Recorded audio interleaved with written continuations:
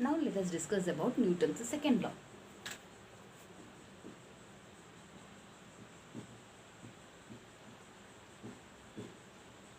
What does Newton's second law state? Newton's second law states the rate of change of momentum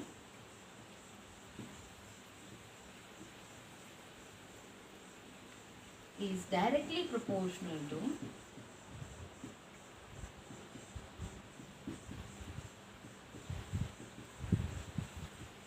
force applied on it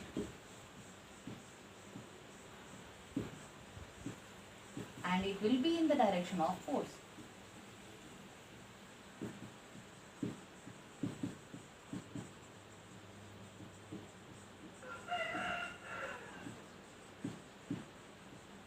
Okay, so this also gives you the relationship between the motion and force. Now let us first see what is momentum.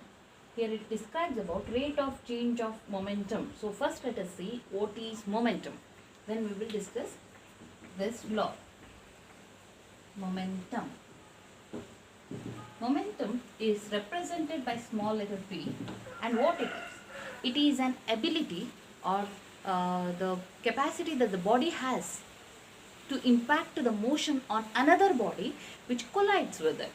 Okay, it means if there are two bodies, the first body is stationary over here and there is second body over here with the mass m and velocity v, it goes and collides with the second body here. That means when the body collides here, the first body can transfer some velocity to the second body and the second body starts moving.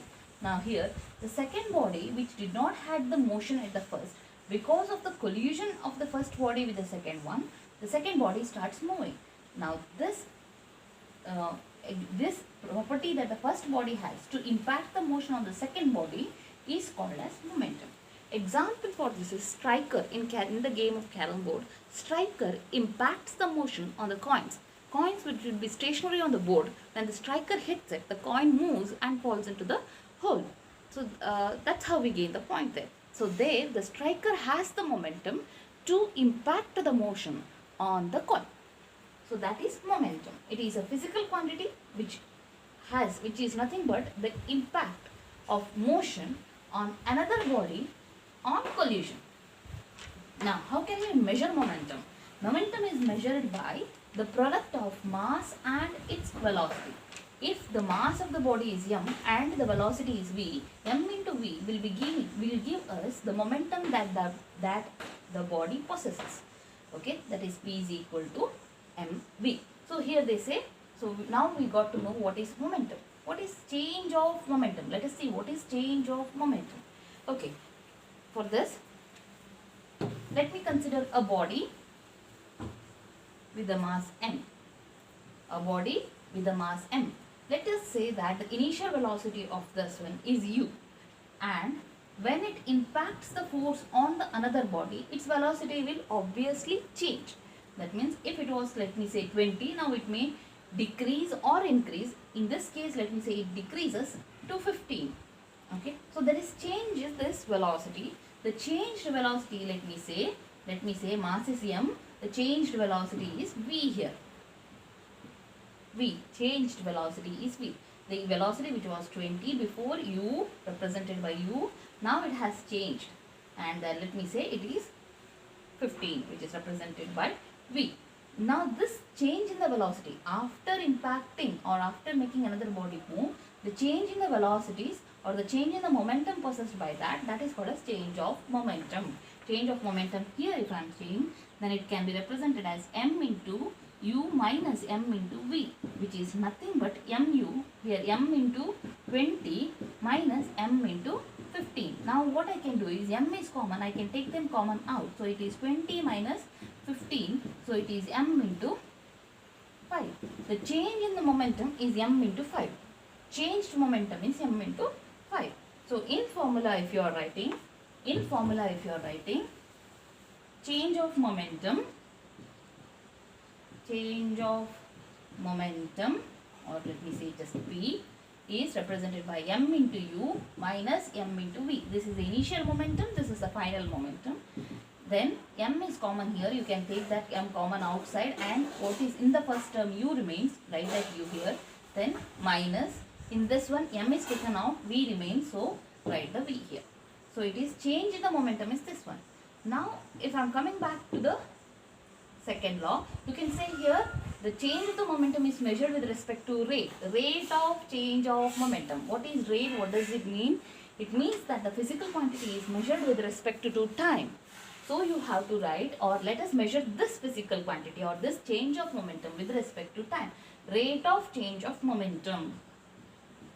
Rate of change of momentum is equal to m into u minus v, that is change of momentum with respect to time. Here it is measured with respect to time. You can take m common outside. What remains afterwards is u minus v divided by t. You group them together. I have grouped them together because I can replace this u minus v by t by another physical quantity, which is acceleration. So it is m into a. So rate of change of momentum is equal to m into a, where m into a gives you the value of the force applied on that object. So rate of change of momentum, if you are writing here, rate of change of momentum is equal to the force. This leads us to rate of change of momentum is equal to force. That's what the second law states. Rate of change of momentum is directly proportional to or equal to the force applied on it. It is equal to the force applied on it, and it will be in the direction of force. What will be in the direction of force? That will be this change. Whatever the change in the momentum will be, that will be in the direction of force. If the force is applied in this direction, the change in the momentum will also be in this direction. That's what the second law states. Let us again read the second law. Rate of change of momentum is directly proportional to if there is some constant. Let me say if there is some constant k. Here if I am taking k value as 1, then it is p is equal to directly f. Okay. P is equal to, if I am taking k, there is some constant. It says that it is directly proportional. It means from like this you can write p is directly proportional to m into a. This proportionality symbol can be replaced by equal symbol when there is a constant k. Okay, when there is a constant k. It says rate of change of momentum is directly proportional to rate of change of momentum, means this one. Rate of change of momentum is directly proportional to force applied. So that is equal to F. Force applied on it, and it is in the direction of force. This is the second law. Now let us see the next definition, that is law of conservation of momentum. Let us see the law of conservation of momentum.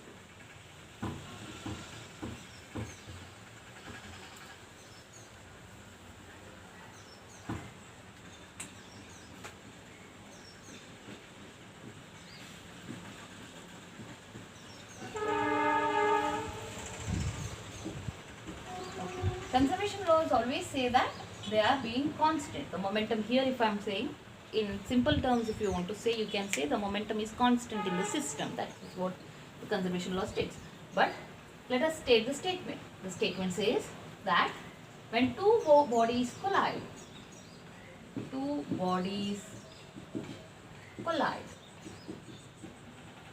the momentum, total momentum in the system